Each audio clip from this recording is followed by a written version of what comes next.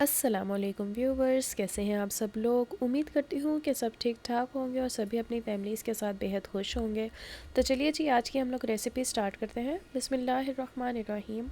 आज हम लोग बनाने वाले हैं आलू वाले चावल।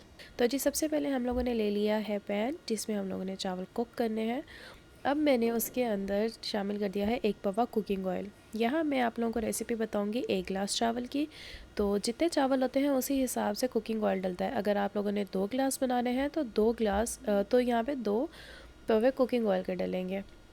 जैसे ही ऑयल थोड़ा सा गर्म होगा उसके अंदर हम लोगों ने शामिल कर देने हैं प्याज, और प्याज को हमने तब तक कुक करना है जब तक कि ये लाइट गोल्डन ब्राउन ना हो जाए। जी व्यूवर्स, यहाँ पे जो प्याज है वो लाइट गोल्डन ब्राउन होना शुरू हो गई है। अब बारी आती है इसमें लहसुन और अदरक का पेस्ट शामिल करने की। यहाँ हम लोगों ने 1 to 2 टेबलस्पून लहसुन और अदरक का पेस्ट शामिल कर देना है। उसके बाद ही हमने इसमें शामिल कर देना है टमाटर। एक बड़े साइज़ का मैंने टमाटर ले लिया, वो इसके अंदर हम लोगों ने शामिल कर देना है। अब बारी आती है इसमें सब्ज़ मिर्चें शामिल करने की। मैंने ले लिया यहाँ 3 से 4 सब्ज़ मिर्चें, वो इसमें डाल दी। बिल्कुल थोड़ा सा हमने इसमें शामिल कर देना है पानी, ताकि जो हमारा प्याज वगैरह है, टमाटर हैं, ये नीचे ना लगे। अब बारी आती है इसमें मसाले शामिल करने की। सबसे पहले हम इसमें डालेंगे हाफ़ टी स्पून हल्दी का।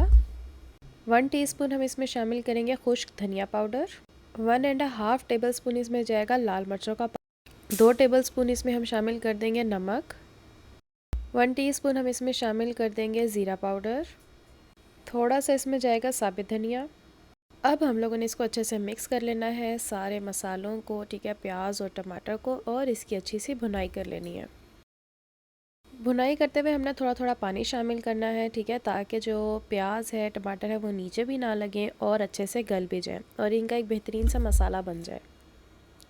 जी तो यहाँ पे भुनाई हो चुकी थी, मसाला बन चुका था। अब बारी आती है इसमें आलू शामिल करने की। मैंने नॉर्मल टू मीडियम साइज़ 3 से 4 आलू ले लिए, उनको छील लिया, उनकी कटिंग कर ली, ठीक है, वो इसमें शामिल कर दिए।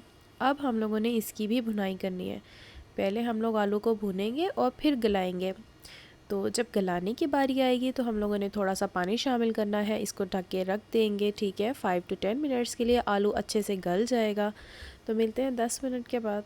जी तो यहाँ पे 10 मिनट हो चुके हैं, आलू अच्छे से गल चुका था। अब बारी आती है इसमें पानी शामिल करने की। यहाँ हम 1 गिलास चावल बना रहे हैं तो पानी हमेशा डबल जाता है। तो यहाँ मैंने 2 गिलास भर के पानी के शामिल कर दिए, और अब हम लोगों ने वेट करना है जब तक ये सारा पानी अच्छे से बॉईल ना हो जाए। पानी यहाँ अच्छे से बॉईल हो चुका है। अब बारी आती है इसमें चावल शामिल करने की। यहाँ मैंने 1 गिलास चावल जिनको अच्छे से धो लिया था और घंटे 1.5 घंटे के लिए भिगो लिया था, वो मैं अब इसमें शामिल कर दूँगी। जी व्यूवर्स, यहाँ पे चावलों को पकते हुए 5 से 10 मिनट हो गए हैं। पानी ऑलमोस्ट खुश्क होने लग गया है, ठीक है।